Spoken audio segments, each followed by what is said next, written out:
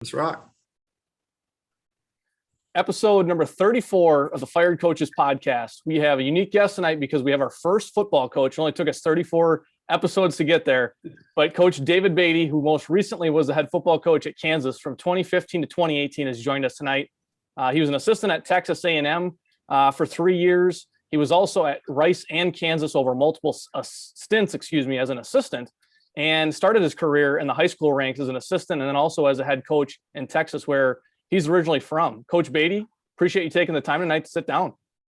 Hey, Marcus, I appreciate it, man. I know you basketball guys, and it's really, really a big step for you guys to include a football guy on here. So I feel very honored to be the first to break the ceiling, so to speak. So appreciate you having me. And I've really, really enjoyed listening to y'all's podcast. They've been very informative and, man, just some great stories. And I appreciate you creating this because it really is something that I think a lot of people really enjoy listening to and getting to hear some of the inside stuff that they don't really, maybe they didn't know before. Yeah, absolutely. Well, I appreciate those kind words. And yeah, we've definitely been backlogged with enough hoops material here to cover us for a while. So we have had a hockey coach on here and a volleyball coach, but it's been far and few between besides that. So yeah, thanks again for sitting down. I guess to jump into it, can you kind of talk about, as I mentioned just at the end there of that intro, you grew up in Texas. You got your start as an assistant coaching high school ball. You ended up taking over two programs in North Dallas and Irving MacArthur, Can you talk about what that was like? I know you were an assistant, but kind of stepping over, running your own program. What were you prepared for? And maybe what didn't you expect kind of going into that role? Yeah, man, I'll tell you, growing up in Texas and playing high school football in Texas, I distinctly remember being in one of my early off-season workouts as a true freshman, and I literally thought I was about to die because I did not realize what off-season meant. And we truly have off-season workouts in the state of Texas, and they are extremely pressing, to say the least. And I just remember looking up at the coach that I had, a guy named Scott Smith, coached in college for a long time, and I just remember going, man, I want to be him. I want to be just like him. I want to be a guy that can influence and really inspire guys to be better at this game. And, this is something I think I could wake up loving doing every day and not feel like I'm working. So from that point forward, I put all my energy towards being a better player and understanding the game better, knowing full well that my plans would be to try to move into the coaching ranks if that's what God had in store for me. Great. But if not, then I would kindly go where he directed me. But as it would have it, he directed me to go into coaching and wound up getting to be a high school coach in Texas. I was there for 12 or 13 years, I guess. I was fortunate enough to start in the district that I grew up in Naaman Forest. A guy named Ronnie Mullins gave me my first job. And man, I always owe him a debt of gratitude for giving this snot-nosed kid that didn't know anything an opportunity to be a varsity football coach in the largest classification in Texas, which was not easy to do. So, and I didn't know anything. I mean, I had no idea what I didn't know. I thought I knew stuff, but I didn't know much. And I learned a lot from a lot of guys, right? And from there, I moved on to Garland High School, which was my alma mater, and was fortunate enough to work under a guy named Joe Martin, who is now he is the head of the Texas High School Coaches Association in Texas. That is a union stronger than any union in the state. It's over 22,000 members. If you are a high school football coach in the state of Texas, you are a member of that. You pay your dues, you're part of it. We have a big thing called Coaching School that is very similar, but only bigger than the National Coaches Convention for football in college. It is unbelievable. There'll be 18,000 people at that convention. So, got a chance to go work for Joe, who runs that now, right? So he's the leader of all Texas high school football. And man, really became my biggest mentor. I learned so much about that guy, about being a head coach and about organization and preparation, and that really has served me throughout my career. So from there, I was able to springboard into my first job in a place called North Dallas High School, which actually was made famous by a guy named Kevin Murray, who was the dad of Kyler Murray. That's where my relationship with the Murray family first started. He was the most famous alum that came from there, and he wound up going to Texas A&M, being an All-American, being a great player there. And obviously, They bore the son of Kyler Murray from there. But I got to know Kevin way back in the day because he was a North Dallas grad. And North Dallas, just to give you a little background, when I took the job, it's at the foothills of downtown, and the makeup of it was about 98% Hispanic. I want to say, and I think we had 8 black kids in the school, and we had 2 white kids in the school. The rest of it was Hispanic. And what's ironic is it's right in the middle of maybe one of the most affluent areas in Dallas. To be quite honest, I'm not sure where our kids really came from, because we're talking about where Mark Cuban lives, right? And we had a very low socioeconomic makeup at our school. So a lot of our kids were on free and reduced lunch. And I think they came from across the highway, to be honest with you. But one of the things that was really sticks out about North Dallas is it was an opportunity to get a head coaching job. We were fortunate enough to win a state championship in '99 in Dallas. And after that, we all had some opportunities, and you either go down, which means you go down a level, or go down to the country in Texas and get one, or you go into the inner city. And I took advantage of an opportunity to go to North Dallas, which was an inner city school. And there is a very famous, probably the most well-known guy in all of high school sports in Texas is a guy named Homer Johnson. Homer just passed away not too long ago, but he did 65 years as the AD at Garland High School in the GISD. He actually went to school with my mom and dad. My mom and dad had us very late in life. We were accidents. My mother passed away just after he did, as a matter of fact. But Homer is world renowned, and I'll never forget the day that I walked in his office and said, "Coach, I'm going to take this job at North Dallas." And he said, "Man, boy, you're crazy. People go. I mean, that North Dallas is like the coach of Bermuda Triangle. People go in and they don't come out. Like, you can't do that." And I said, "Coach, I'm going." And boy, that was the dumbest thing I could have ever done. But I got so lucky, man. Of all the jobs I've had, by far the most rewarding job I've ever had. I think probably because those kids really needed you, right? We didn't have much when I got there. There were 2 footballs. They were both flat. Most of the players that we had were of Hispanic descent. We did not even have 2-a-days because everybody was still back in Mexico working. So we didn't even have 2-a-days. They showed up the first day of school. We played that 4 days later. The rest of the schools had a full 2-a-day session. So we had to line up against our first opponent with 4 days of practice because my kids were still working. And they wound up getting back in time for us to get started. And man, we got lucky. I had some great kids. We won 6 games, and man, it was just a great experience. And then from there, I was able to get the job at Irving MacArthur. And man, we had a bunch of really good players and terrific coaches there. We had a lot of success, and that springboarded me from there getting into the college game. Wow. I mean, I feel like we could maybe do a whole podcast just in high school. I mean, that North Dallas story that's crazy. I've only been to Dallas once, went down there for the Final Four a few years back when Wisconsin was playing. And I remember just walking around just parts of Dallas and just realizing like how big Dallas and Fort Worth and just that whole makeup is alone. You talked about coaching at your alma mater. What was unique about that? I mean, how was that? Did you have flashbacks to you kind of playing as a player back in the day? And how was that coaching, the school that you played at?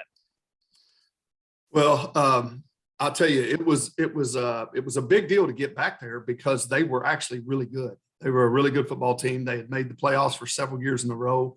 Joe Martin had taken over pretty quickly after I left, and he had kind of put the program back on the map, so to speak. And they,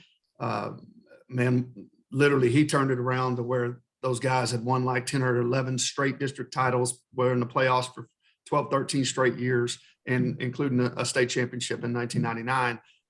But it was obviously great to be back home and to be back at exactly where I grew up, and really where I made the decision on that turf that I wanted to go into this profession. I wanted to be a coach, and that Coach Smith made that kind of an impact on me that day that I knew exactly what it was that I wanted to do, and I never wavered from that. And it was that moment that I realized it. So it was a lot of fun being back there with teachers that taught me. And Larry Fedora was on our staff. Larry Fedora has been a head coach, at North Carolina and Southern Miss. He's been the offense coordinator at Oklahoma State.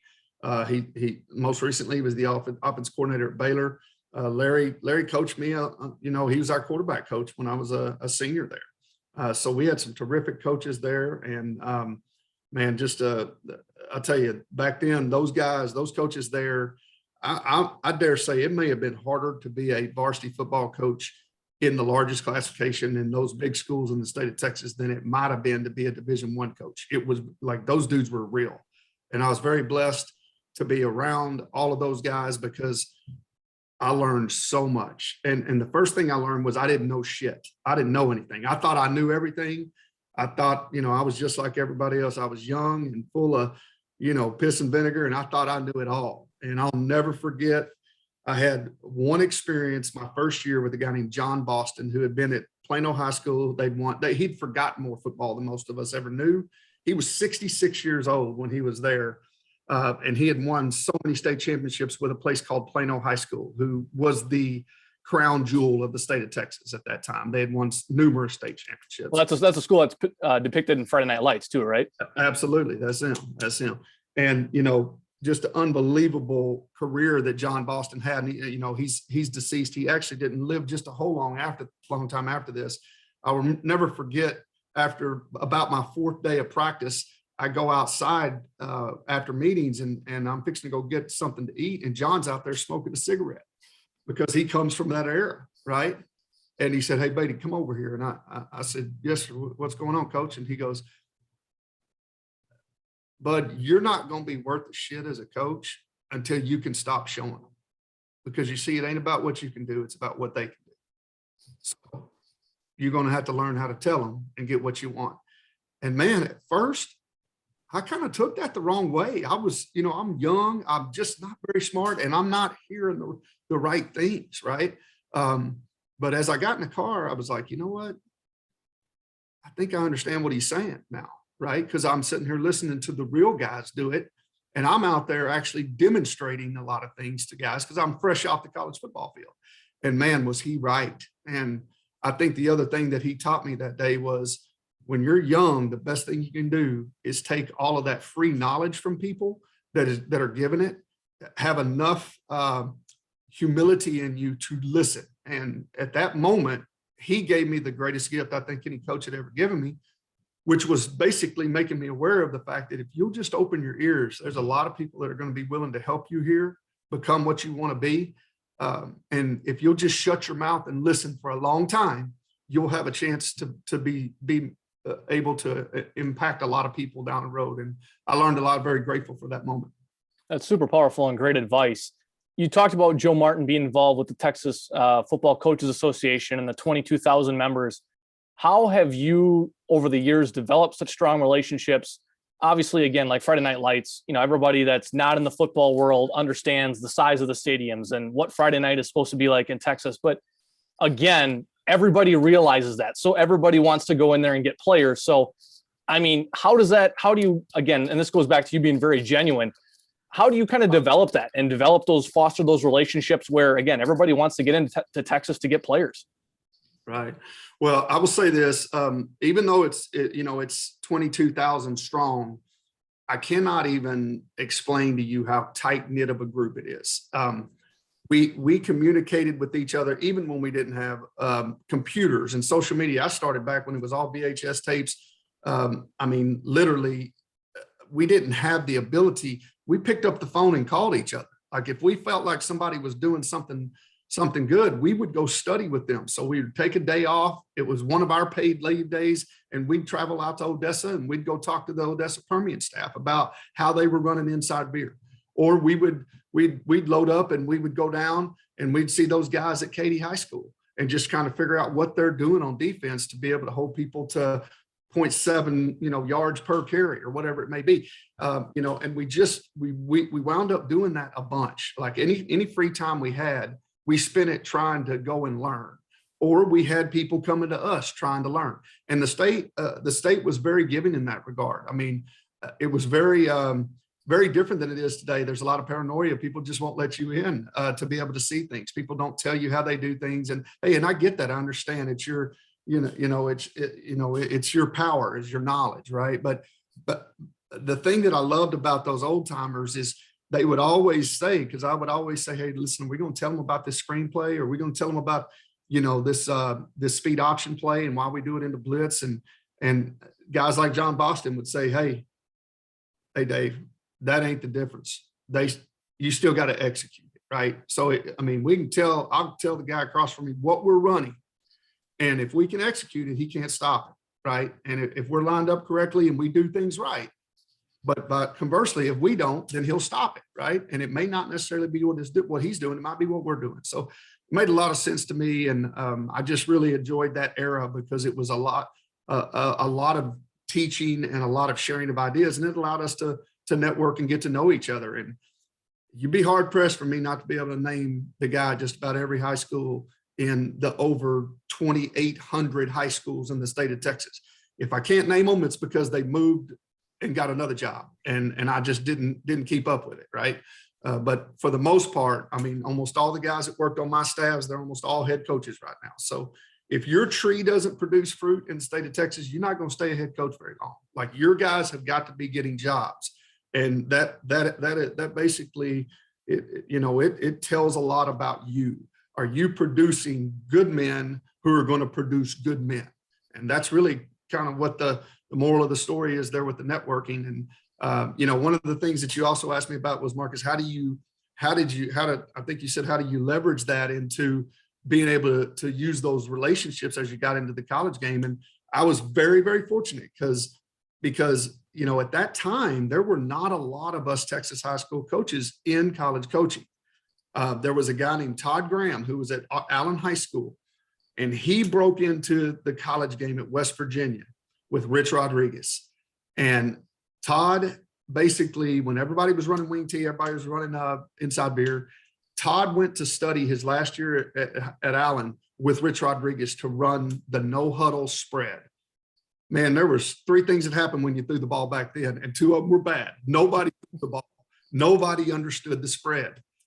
Todd comes back with this spread offense and leads the Metroplex and the state of Texas in 1 year, winds up going back up to West Virginia with Rich after that year. But he changed everything in the state of Texas. That's when things started spreading out, right?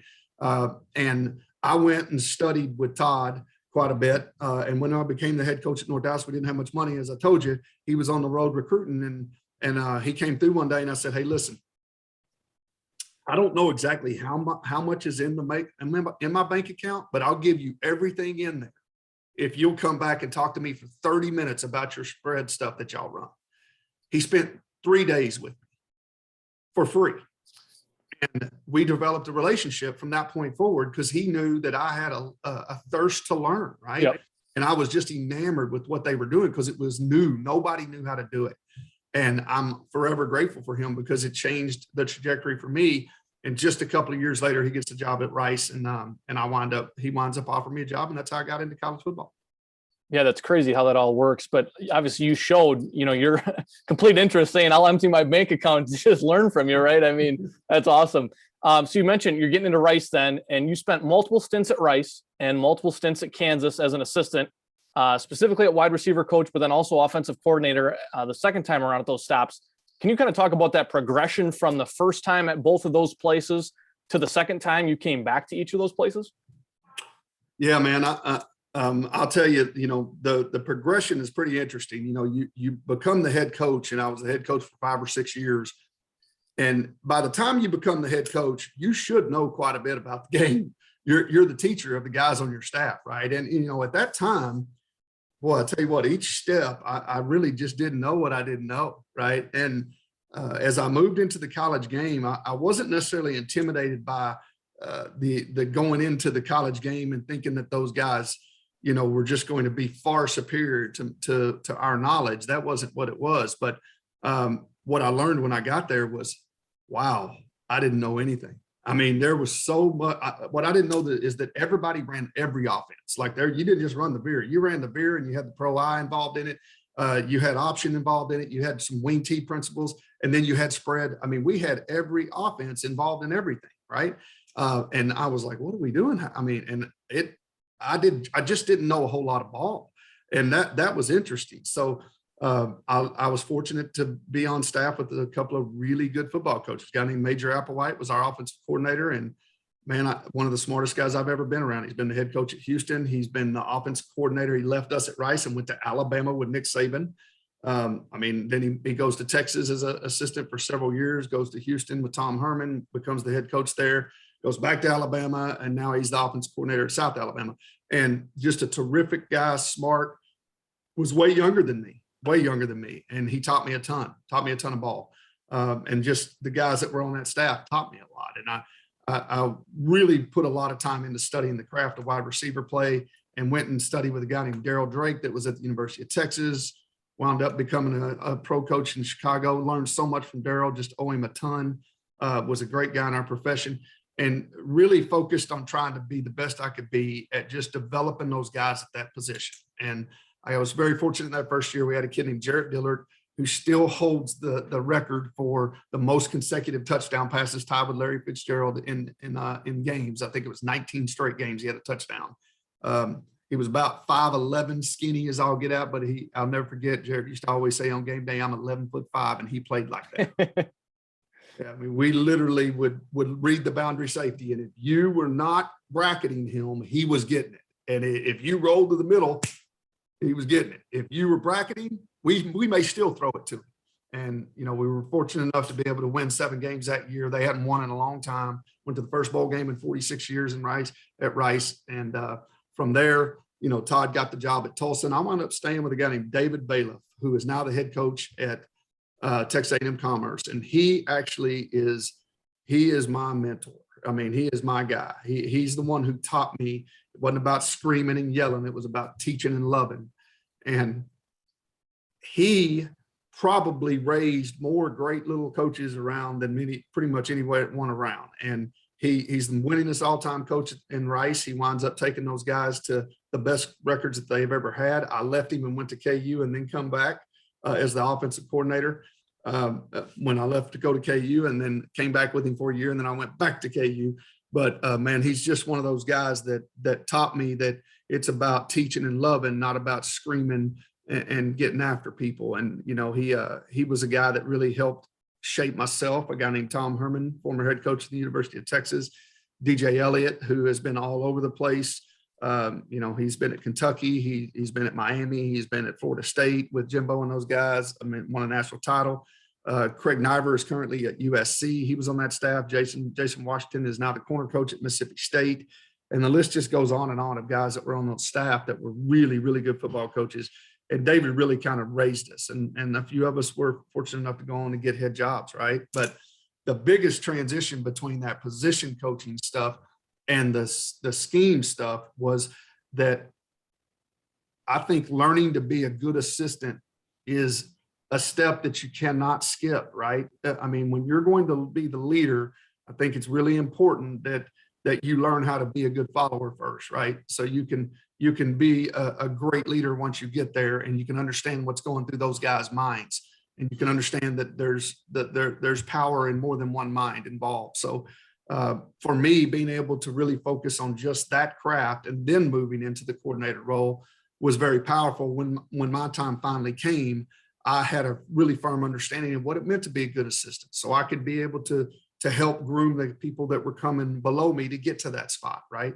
By understanding how powerful it was to do the job that you had and do it the best you can. And the byproduct's going to be us being successful, and then you individually will be successful from there. Absolutely. Being a coordinator, and I know obviously, you know, everybody watches football on Sundays or Saturdays, and they always talk about coming to the game and your scripts and your first 15 plays or whatnot. Is there any times where you're a little bit more flexible with that, of like, hey, we got 5 or 10 or fewer than that, but now we're going to go off of what we see? Or is it really like we're sticking with the first 15, 20 that we have here? Right. You know, I think, you know, scripts are widely used throughout college football, and really you're using it more to gain information, right? You're using it more to understand, are they still going to do what they were doing in this formation on this down and distance, right? So, and you don't have the luxury of doing that the whole game, but for the first drive, first 6 or 7 plays, you should have that luxury to kind of stay on script, right? Now things always change, because if the down and distance is not favorable, you know, when you get to that 4th play, then you've got to be able to adjust from there. But you're always using those first few plays to be able to give you information on, is this who we thought they were, right? That way the answers that we prepared for this are things that we know we can go to. The problems come in when you're an air raid team, which I learned later working with Cliff and those guys, Cliff Kingsbury and those guys, is, I mean, every week somebody came out with something new. So we'd come out in that script and we're like, wow, they were a 4-down team. And now these guys are in 3-down. Wait a minute. They're in 3-down every down. Like, they're dropping 8 every play. Okay. So now we've got to change our grocery list, right? So they're a drop 8 team. They're playing 3 double cloud. Here's our answers to that. And here we go. You know what I'm saying? So we use those scripts as a means of information, right? A means of information, much less, and I'm sure you know a lot about football, but like, for people, the listeners that don't know some of the inner things, people don't motion just for pretty things, right? Oh, that motion looks pretty. Motion is telling us something, right? It is telling us, for the most part, we use motion to tell us man or zone. That's really what we do. I mean, there's only 2 types you can play. It's either man or zone. Now, there's several different types of zone coverage and there's several different types of man. But the big thing is, man, they're going to stay with you and run with you. Zone, everybody's playing an area, and you got to have answers for man and zone, right? So we can slow the game down for our quarterback, because typically when we have any kind of pass call, there will be a man side and a zone side. So when we're moving a guy, that is going to tell him that it's either man or zone. So if somebody runs with him out of that backfield and stays with him, we know it's man, he'll play the man side. If they just bump and they don't run with him, we know it's zone, and now we play the zone side. So it slows the game down. It's why Brady plays so good, because he has such a good understanding of what the other team is doing to him. So we use the script just like we use motion to kind of provide us with clues on what the other team's trying to do. That's great. After those stints at Rice and Kansas, you join A&M and Kevin Sumlin. You're there for 3 years. And I mean, some crazy times, especially that 2012 season. Johnny Manziel being a redshirt freshman, Mike Evans.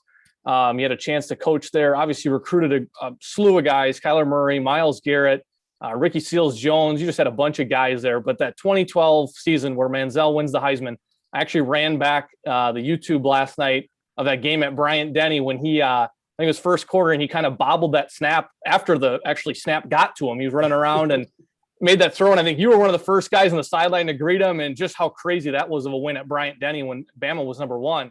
Can you kind of talk about that year, but just specifically like, what those 3 years were like with someone in A&M?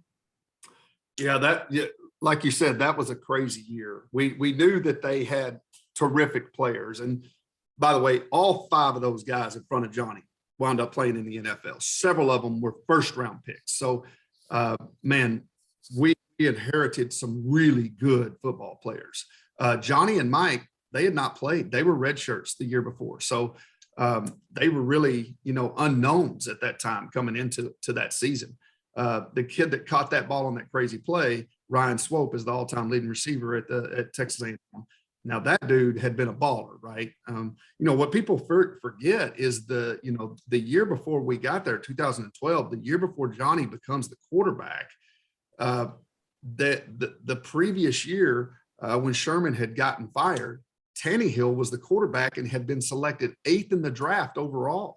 Johnny got taken 22nd, and Tannehill's still playing, but Johnny got taken 22nd.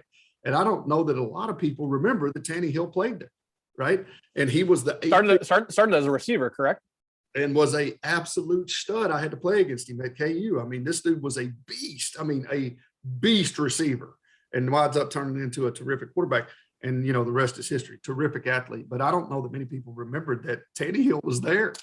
But they had a bunch of really good offensive linemen, that we had one that was a 2nd pick in the draft. One was a 5th pick in the draft. Our center played in the league for 12 years. I mean, we've got guys that every one of those guys played in the NFL. Cedric Ogbuehi was projected number 1. He winds up tearing his knee up in the bowl game. He gets picked in the last pick of the draft his senior year.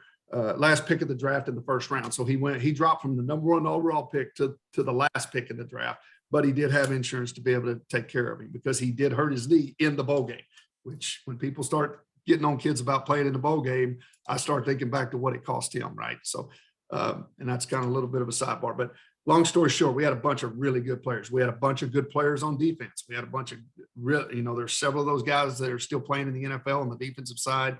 But the story was probably Johnny, right? It was definitely Johnny and Mike Evans, but this guy, I'll never forget, man. Marcus, this is crazy.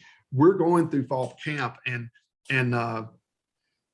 we have another kid that plays in the NFL for, I want to say 6 or 7 years. And he's the other quarterback, and he is a terrific kid, man. And he's clean. He's doing everything exactly like you want him to. He's not running around doing crazy stuff. And I mean, he was very efficient, and man, I just love the kid. And I'll never forget, we're coming right down to game time, and we're letting them split reps. And I'm sitting in Cliff's office, and I was like, "Who's going to be the starter, man?" And he goes, "Johnny." I was like, "Oh, okay. All right." I was like, "I mean, tell me why, tell me what you're seeing. I want to learn from you." He goes, "Beaty, this guy does things that other people can't do. He's not human. He will be one of the most interesting players to ever play this game." And I was like, "What?" And this is how many weeks in a fall camp? It's pretty much close to game time. But what people don't remember, they don't know, is that we can't tackle and we don't touch the quarterback. But Cliff, he saw that he's like, "Beaty, they're not touching him. It's not like they're getting close. They're not even remotely close to him." And I wasn't watching the tape like that, right? I was just watching him run around. and I was like, "Man, okay, whatever." I thought he was crazy, because I was like, "Man, there's no way." Wow. Did he get it right? I mean, and he obviously has been a quarterback whisperer ever since. He had Baker on campus. He had Mahomes on campus. I mean, dude, he is just such a good evaluator of that position. But I would not have agreed with that at that time. I probably would have went with the other kid. Another kid wound up playing safety in the NFL. But this kid was, and still is to this day, the most polarizing player I've ever been around in my life. Like, when he was in the game, I knew that if we didn't win, something went drastically wrong, like a plane crash or something, because this guy was that powerful. I've never seen people, particularly in the NFL, in the SEC, which is very NFL-ish, bow down to a kid like they did Johnny Manziel. Like, you don't help kids up. You don't have to be a jerk, but you don't help them up when you tackle. That's their job, right?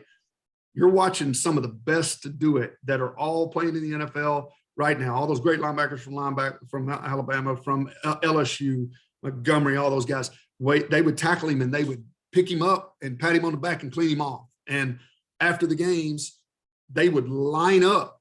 Everybody would line up. Most people, it's just kind of a wad, and you just come over and shake whoever's hands. They would line up to shake Johnny's hand, which was unbelievable how much respect that guy got from everybody in the league, right? I mean, one of the coolest cats you've ever been around. And man, just a crazy, crazy guy that was crazy athletic and just fearless. Like, I mean, that was probably the thing that made him that great, is he really, I couldn't teach my quarterbacks at other places off his tape because it was the wrong read. I mean, he was going to put it into the post because he'd like to throw that deep ball, right? And he'd get it in there, right? But that's not a good way to teach some people, because most people are not that talented. But there's a whole episode of Johnny stories that are outstanding, not the least of which is that, just like we all assume that we know who somebody is. And I'll tell you this, I know Johnny Manziel, and he's one of the greatest humans I've ever been around. If I said he had one major issue, it's that he says yes too much. He's too good of a person. He takes care of everybody. He tries to do so much for others. People never see that. They don't talk about that. They talk about all the things that are just convenient to talk about, right? But it's important for the world to know what an unbelievable human this guy is. We all have things that hold us back, but man, I mean, the amount of kids that I watched him, we had to go pry him away from hospitals. The amount of families that he would just take time to go spend time with. I mean, just, I've never seen anybody like it when it comes to that, And the last thing I'll say about him is, I'll never forget after that game, when we beat Alabama, he gets thrusted into the Heisman talk, right? From that point forward, he couldn't dress in the locker room because all of his teammates stole everything he had, because everybody knew he was about to be the first freshman to win the Heisman. We all knew that. But what I didn't realize was starting after that game, like his helmet was missing after the game. Well, one of our team, we never found out who took it, right? And literally the next day we show up and all of his stuff is gone out of his locker. And we keep that up for about another 2 days.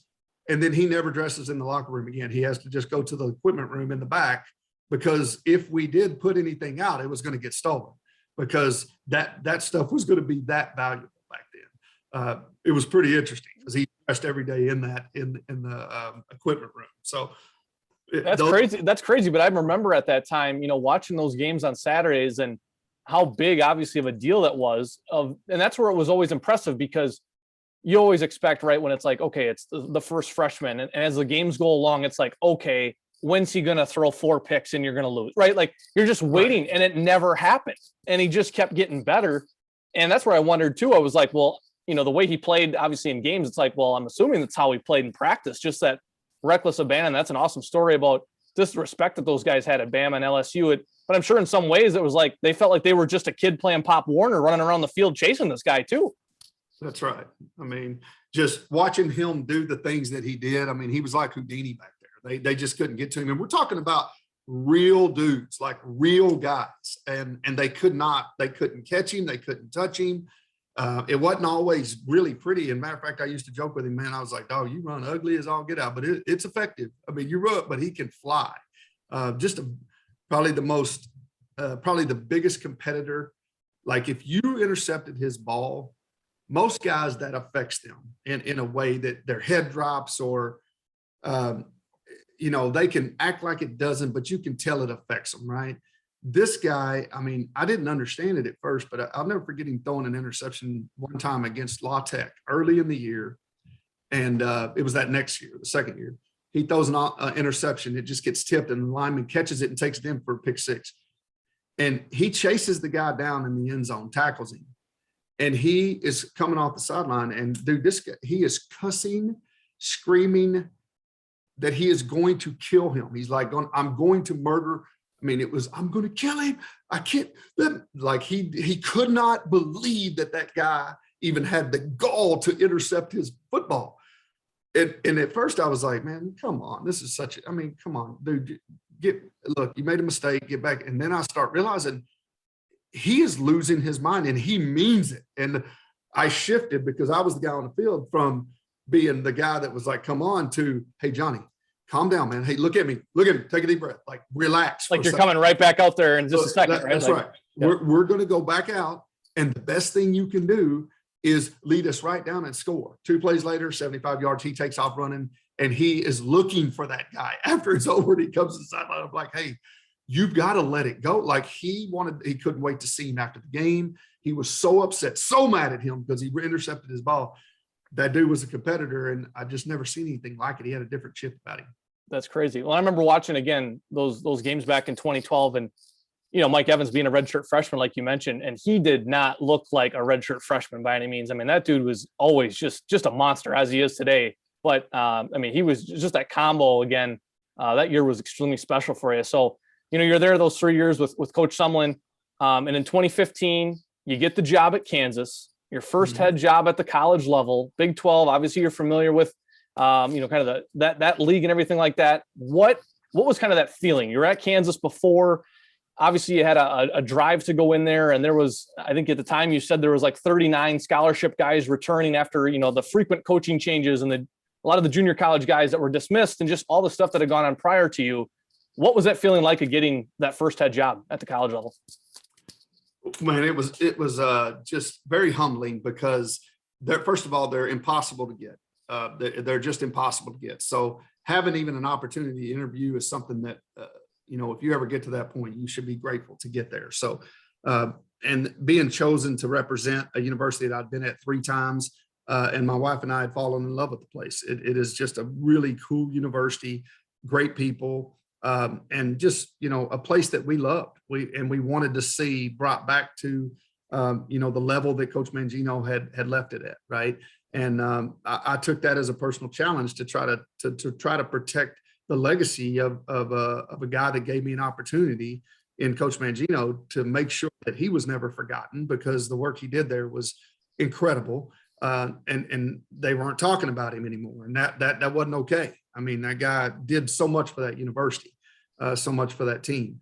So there was a focus on trying to restore that to at least a level that was respectable, because he put too much work into it for it not to be there. So that was, and it was very incredibly humbling, but I also knew we had a job to do, and I knew it was going to be very difficult. But they don't tell you about what the scholarship numbers are. They tell you maybe a little bit, but they don't tell you that, right, going into it. But hey, listen, as soon as you get to a place, it doesn't matter whether it's 339 or 79, man, they're yours, right? And man, you go to loving them just like the kids that you've had for 4 years. And man, you do everything you can to get that place turned around, because you owe it to the fan base and you owe it to guys that came before you. And that's what we put a lot of effort and time into. And it didn't work out. We weren't able to get it done. My only regret is that we weren't able to do more for them, to be quite honest with you, because you want to leave it where you felt like you should have been able to get it. And we just didn't get it there. So when you took that job, you recruited a guy by the name of Dorrance Armstrong, who actually had 2 tackles the other night in the Cowboys' victory against Minnesota. And obviously you got him and you signed him late. Do you still think in today's world with social media, YouTube, everybody's got a recruiting service out there, 7-on-7 camps, all that stuff, do you think you can still find guys kind of late in the process that way, that are, kind of under the radar? Or do you think it's extremely hard compared to, maybe in the early 2000s and 90s and things like that? Yeah, it's really hard to hide guys nowadays, because it's so easy to find them. Everybody's got social media. Your brand travels a lot further now. It used to be you relied on your high school coaches and people to word of mouth to be able to get that out. Now, I don't think there's any surprises. There's people out there. I think the thing that you can find is maybe that guy that's a hair underweight, which Dorrance was. He was 6'4", but he was about 215 pounds. Well, of course, 3 years later, he's 250 pounds for us, right? And now he's playing at 262 or whatever it may be. And we knew he was going to be a terrific player. Calvin Thibodeau is the D-line coach at Oklahoma now. He did a terrific job recruiting. So I think you can find guys, but you've got to be willing to project, I guess, a little bit in terms of what a guy looks like. Maybe he's a little light, but if you see that frame can hold it, and then you can develop him from there, and you think that's the type of kid that will buy into that development, I think you can do that. It's not always the easiest, but you can. We had a kid named Khalil Herbert who starts for the Chicago Bears right now as a running back. He's a 5th-round pick. He left KU after I left and went to Virginia Tech, became a Heisman guy. Was leading the nation in rushing in the pandemic year. He didn't wind up finishing there, but he winds up getting picked in the 5th round. Khalil's going to play in the NFL for 15 years. He's just one of those kids. But he was actually a guy that was very under the radar and wound up being a terrific player for us. You can find some, but I think you've got to be willing to turn over rocks, man. And I don't know that there's a bunch of people that work that hard anymore, to be honest with you. So if you're a hardworking young guy out there and you want to make your mark, keep turning over rocks, because, man, they're out there. They're out there, but a lot of people won't do it. They just won't do it. It's really not that hard, but a lot of people won't do it. Can you also talk about, I think Dorrance was a basketball guy, and obviously they talk about, wrestlers and how that transitions into the football world as well. I mean, I'm assuming you have a high value with multi-sport guys, but is that obviously a part of that projection as well, where guys haven't put their eggs all in one basket as well? I really do have an appreciation for guys that do more than one sport, particularly guys that will run track. I love play basketball because they have to move so much. They have to understand passing lanes. They have to understand space, which is so important in our game. They have to understand control of your body, how you run up on somebody playing defense in basketball, and how you have to come to balance and make sure you're getting in a shimmy situation, because if you run at a dude, you don't get square, then your body physically can't push laterally. Those are things that you learn playing basketball. I mean, you just, it's something that you have to go do, right? So you can benefit from that. I don't think there's a sport out there that can teach you to compete or expose whether you're a competitor like track, because you're, for the most part, out there by yourself, right? And we see guys who make it all the way. They're supposed to be something real, and they make it all the way to the final, and they mysteriously false start in the final of the 100 meters, right? And sometimes that's an accident, but most of the time it's not, because the real guy, he prepares himself and he's ready to compete, right? And most of the time before they get to that, you already know that about them. But I just love track because it forces you to compete, right? And I think that's a great one. And obviously my linemen, we forced all of them to wrestle because it's about learning leverage. It's about playing with bent knees. It's about being lower than your opponent. And it's also about, keeping your elbows in. I mean, you get your elbows away from you. And I don't know if you're a wrestler, but you're from the North, I think. And actually grew up in an entire wrestling family and went a little different path, but so I respect it 100%. So, I mean, I don't know much about it, but I do know the first time I went to wrestling practice, my coach said, if you ever let your elbows get away from you, you're going to be in trouble. So you got to keep your elbows in.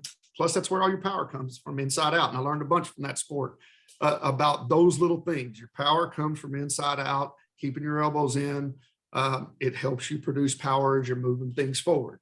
I really believe that playing other multiple sports helps guys really grow their game in our game, and as well as other games too.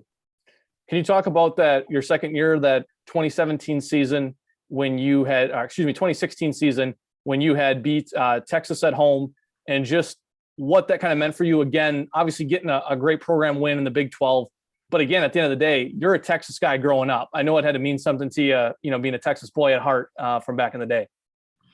Yeah, obviously that was a big blessing, a great win for our program, for our kids. I was really most happy for our kids, but also happy for our program. It was the first win that we'd had against Texas at Kansas in 73 years. I think I'm the only living coach that actually that's experienced a win against the great, what we called the mothership, which is where I came from, which is Texas. And, we recruited a bunch of kids out of Texas. It was probably one of our biggest recruiting bases. So I know it meant a lot to those guys. It was just one of those deals that they were always kind of a measuring stick for you. So we were hoping that would become a cornerstone for us being able to blast off from there. And those are the type of games that you do make a cornerstone and you turn in the turn of your program. So it meant a ton to me personally. It meant a ton to our kids personally. And it meant a bunch to our program. So that was a pretty special experience. After year 4, you were unfortunately let go. There have been some changes at Kansas and things like that. I mean, did you see it coming? Did you have an idea, or was it just really kind of a complete shock to you more so than anything? When we get into this profession, we know what we're getting into. Anybody that tells you that they don't, they're lying, or they're lying to themselves, right? So we know the name of the game is winning. Look, I'm a Cowboy fan, and I don't care why you lost. I just want you to win. So I get that. As a fan, I understand, right, that there's a standard that we want to uphold, and you're given a prescribed amount of time. And in this day and age, we also understand that we're not going to get that whole time. You're not going to get all your 5 years, right? So you've got to do the best you can with what you got, where you're at, to get it done as quick as you can, but don't skip steps along the way.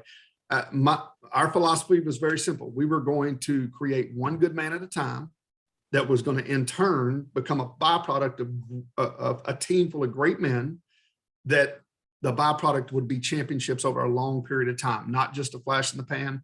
We weren't working for 1 year. We were working for total change in our program to get it back to where Coach Manziel had it. And the only way you do that is by getting the right guys on your team, get the right guys on the bus and the wrong guys off, and being able to build our team back to where it was supposed to be. The thing that you don't expect is for them to try to screw your family on the back end of it, right? My family, we gave everything we could to that place, and for them to pull the stunt that they pulled on us, that's what we don't know that we're getting into. We were very fortunate that we were able to prevail. Unfortunately, it took a lot of time to be able to get that finished and get that taken care of, but we know what we're getting into.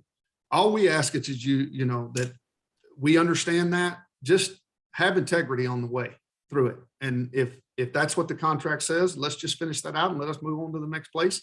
And we'll do the best we can while we're here with you. But like I said, we know what we're getting into when we get into it. What we don't expect is for the other side to not uphold their end of the bargain. And that was probably the biggest surprise for me. That's what was a surprise. Yeah. So as you just mentioned, I mean, it was a long 3 years. The last 3 years have been really almost to the day. In some ways, you got most of your buyout back, and the allegations that were against you, turned up to be nothing. But again, it's been 3 years that have passed. What are you most excited for from you and your family standpoint of what the last 3 years have been like to now being like, okay, that's in the rearview mirror? It took me a while to understand, Marcus, but man, there's a silver lining in everything. And at first I was so angry about the personal attack, right?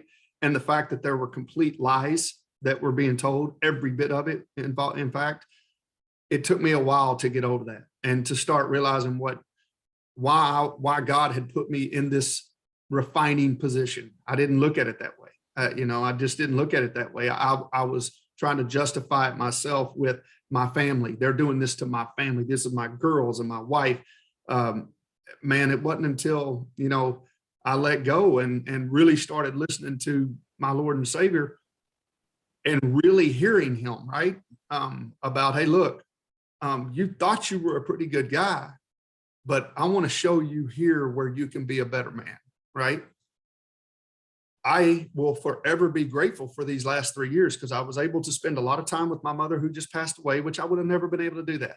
And I also was able to look inside, right? And a lot of things that maybe the world didn't know about, that we all know something we can improve on to become a better man, right? And it really did help me be that. I was able to travel around and go see a bunch of college programs. I was able to consult at a lot of them and be able to help out. But for the most part, they gave me a hell of a lot more than I gave them. Just being able to go in and see kind of how people do what they do. That's been really a blessing. But the biggest thing that I took from it is that I was able to grow as a man. That, if I truly believed that I was going to create one good man at a time, I was not going to slow down enough to better myself as a man. And God said, hey, man, listen, I'm going to slow you down. And we're going to take a look at some of these rough spots. Yeah. You might think you're pretty good, but I got another plan for you to make you even better. And that's what I learned through that thing. And it took me a while to forgive, took me a while to just move on from that. So I'm excited that is out of my heart and that I'm back into the mode of just being able to help young men become better men, to become better fathers, husbands, members of the community, because man, when I can teach them to do that, I'm going to be able to teach them to be great players. But if I don't do that, we have failed because we have the best platform out there.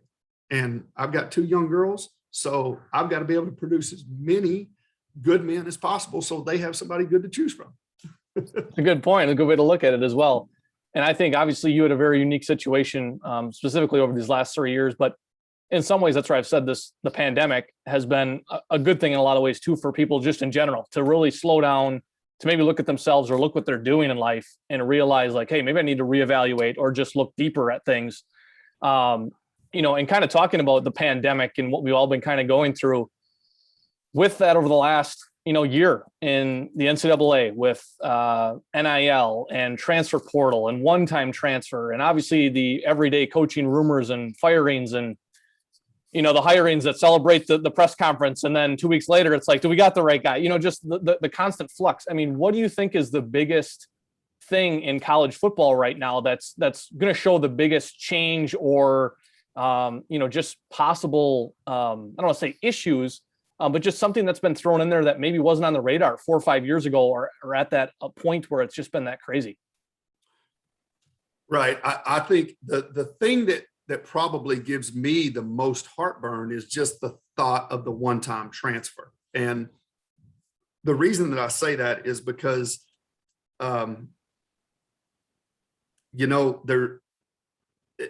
it has changed so much just in the last year and a half.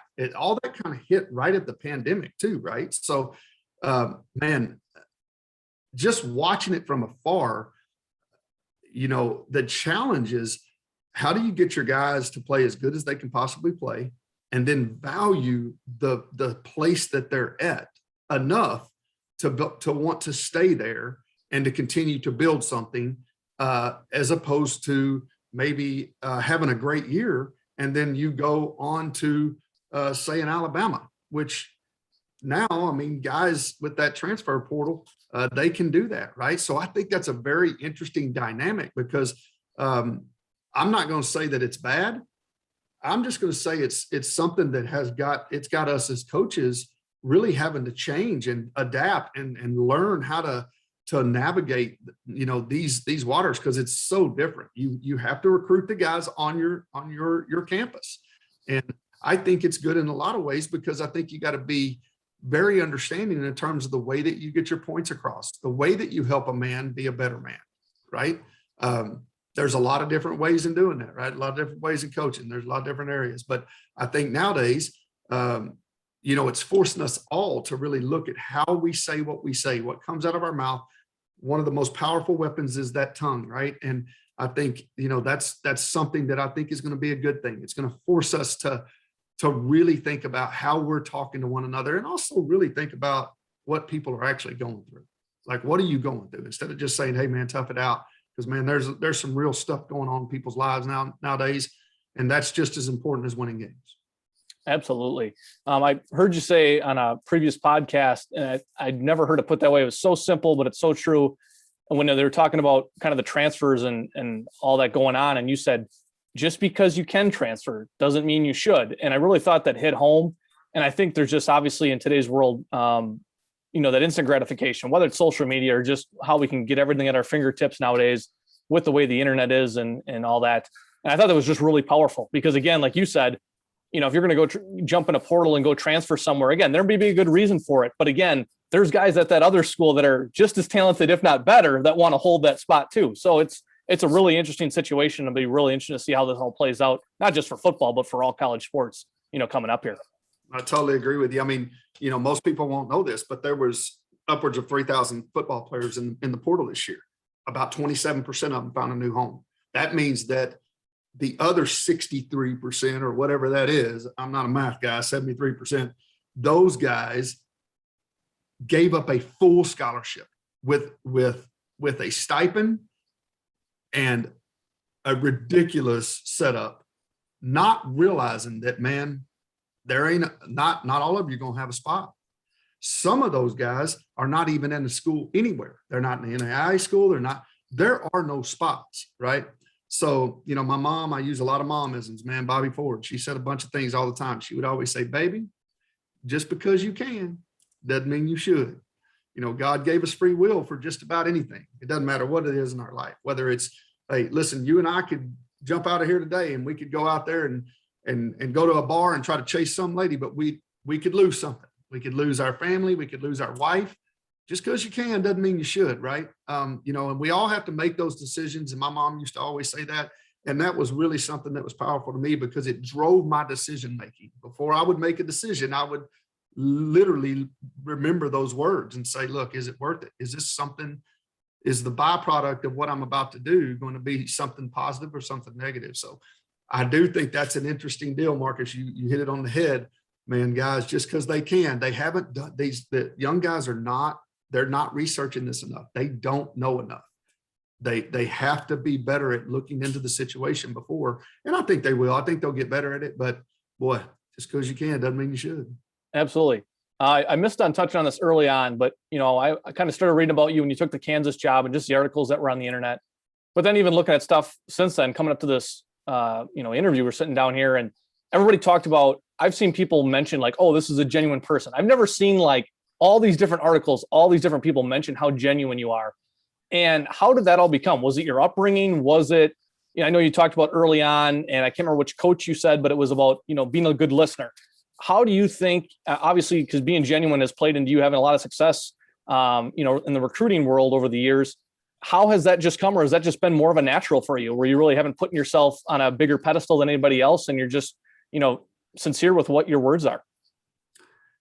Well, I'm honored that people say that. I'm sure there's a lot of negatives about me as well, but we all are who we are, period. And but we all are shaped by something, right? And we, good, bad, or indifferent, were shaped by my mother. And my mother, like I said, the momisms, but she would always say that the worst thing that you can do is lie or steal, because man, when somebody can't trust you, that's the worst thing somebody can think of. And she beat that into us, right? So being a very genuine and just upfront person, being willing to tell the truth, right? Being willing to speak truth into another man is how you help another man grow. That's how you help. We help each other grow, is being willing to speak truth and being able to accept that truth, right? The hard things, because as we get older, we don't want to hear it, right? We just don't want to hear it. But that's when we grow. And, that's kind of where, my background came from is my mother. I mean, if we lied or if we, stealing something doesn't cross my mind because of the way I was raised. And I don't understand those that do. But if you do steal something, that is a line crosser for me, because we can never trust you again. We cannot trust you again. And the only thing that heals that is time. And you may not get that time, right? You might start over, but in that current relationship, that time's probably over, right? So that's kind of where that came from. And, I just believe that people deserve to have the good spoken to them. I mean, that people like you, Marcus, taking the time to do this. I mean, this is not for you. This is you're about it. And you're giving guys that have went through, maybe getting fired in the industry or whatever, and you're giving them a chance to tell their story, and you're doing that out of the goodness of your heart to help us with some therapeutic stuff, right? And I'm so grateful for you, but you don't get told that enough, right? And it's not that hard to tell people something good about themselves. If people would practice that, you would see how much of an impact it has on each one of the individuals that you just truly focus on something good about them. You'll see how it changes everything. We'll take that pay it forward kind of ripple effect, right? I mean, make somebody feel good, they're going to go make somebody else feel good. And I remember it was a coach. I can't remember exactly who it was, but I touched on the lying part. I read it back a few years ago, and the coach said, well, I've never lied because I don't have to remember what I said. And I was like, that's a really good way to put it too. I can't remember if it was Brett Bielema, who it was. Somebody was reading and they said that quote and it was like, yeah, that's a great way of putting it. You don't lie because you don't have to remember what you said then. So over the last 3 years, obviously we've touched on the past, but how have you gotten better? You talked about obviously being around programs, consulting. Is there books, newsletters, articles, anything out there that you think would be impactful to other coaches, regardless of sport, or leaders that are out there today? Oh yeah, man. I'll tell you, one of the first things, if you're a football guy, is ESPN has a all 22 video that they sell. I want to say it's $99 a year. Okay. And it might be the NFL Network. But it's all 22. So it's the wide, tight, and the rear end view of every NFL game, every one of them. And a lot of times they'll give you the season before. That has been unbelievable, because I've obviously had a lot of time on my hands, and I watch every team every week. And I'm basically just looking at these concepts that these guys are, and really it's keeping me kind of current with what's going on with basically the trends. But it's also, just taught me a lot about players and individuals, and watching some of the better players and why they're better, what makes them better, and are they truly better? Is it perception? And, just watching the first step of Aaron Donald, just understanding how powerful he is, but everybody thinks it's because he's strong, but they don't realize what kind of technique he has. But that has been unbelievable. And then really getting to do some consulting in all these places across the country, and also, there's a lot of great coaches that are out of work, that they're not working. And, we always are so consumed with our own self that we have a hard time thinking that there might be someone else out there in the same situation, that maybe if you had the time, you might want to be a better friend and reach out to them.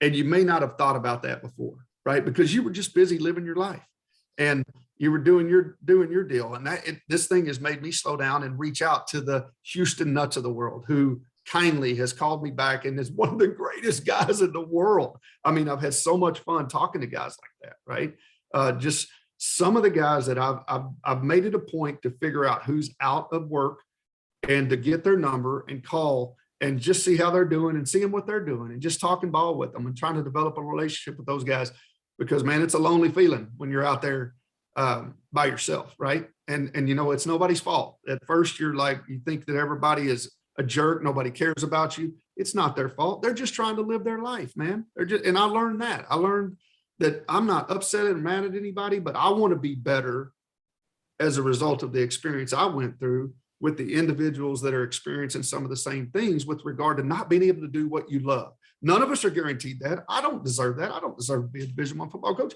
I don't deserve to be a Division I head coach. I didn't deserve any of this. I was fortunate to be able to do it for whenever I was able to do it, when God provided that. So those that are going through it, just knowing that somebody does care about them, sometimes it can get them over that hump of man, just that joy that's being stole from them from just the resentment that you feel early on. So that's what I've been doing. It's been good for me. And it's been, I think, very beneficial because I've become a better friend, a better coach. And I think I'm really prepared for the chance to enter back into it whenever it comes. That's awesome. And I've been trying to do a better job myself, only coaching, Division III basketball for 12 years, and basketball a lot smaller than football rosters. But I think that's one of the most challenging things that we always forget about, because there's all these kids, right, that you have coached over the years, and trying to stay in contact. I mean, it can almost be a full-time job, but in a lot of ways, like, it matters to do it, right? To just reach out and check in how people are doing. But again, we get caught up in that time of, we don't have time, and we're so busy, like you said, caught up in our own lives and things like that. So speaking of, I mean, we've hit over an hour here. Appreciate you sitting down, sharing your story. Obviously gonna be following you. Best of luck moving forward. Glad things are in the past here for you, and look forward to see where you and your family are gonna end up here in the future months. Man, I appreciate you, Marcus. This was a lot of fun, man. And I appreciate you doing it. I really do. Man, you basketball coaches, y'all are so much better looking than us football boys. I don't know about that. Y'all got all the advantages, man. All the advantages. No, but I had a bunch of fun. Thank you for doing that. And, hopefully maybe we can get you to reach out to Houston Nutt. He would be a great one to have on. And man, just all the guys that you've had on. I'm honored to be on with you as a result of that. And thank you for doing it, because I think it's going to go a long way towards helping people be better. Yeah, absolutely. And that's what it's all about here. That's why it all started. And yeah, thanks again for taking the time. Greatly appreciate it. You bet, man. Take care, buddy. All right, you too.